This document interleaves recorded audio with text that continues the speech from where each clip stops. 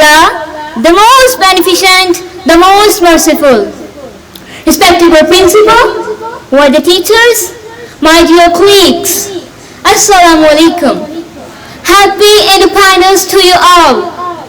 As we all know, we are gathered here to celebrate the independence of Pakistan.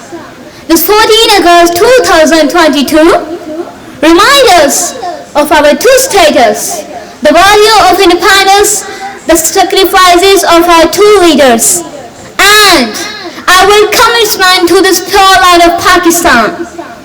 Dear friends, the independence is not a legal thing. It is a blessing and a gift of God.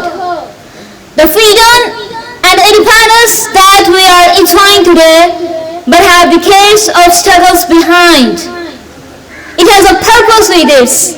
Thanks to the efforts of struggles and their preparations to this land.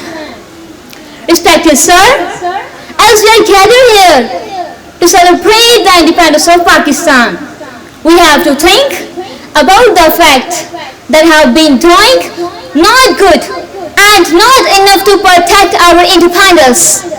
Our motherland is surrounded by multiple problems.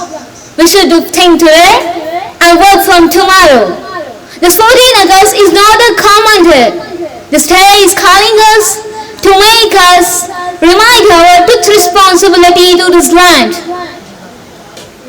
My dear friends, it is time to unite and work from collectively and selflessly for the great causes of peace, prosperity, justice, freedom, equality of our countrymen. Let's unite, let's work hard and change the destiny of our countrymen. Pakistan Zindabad.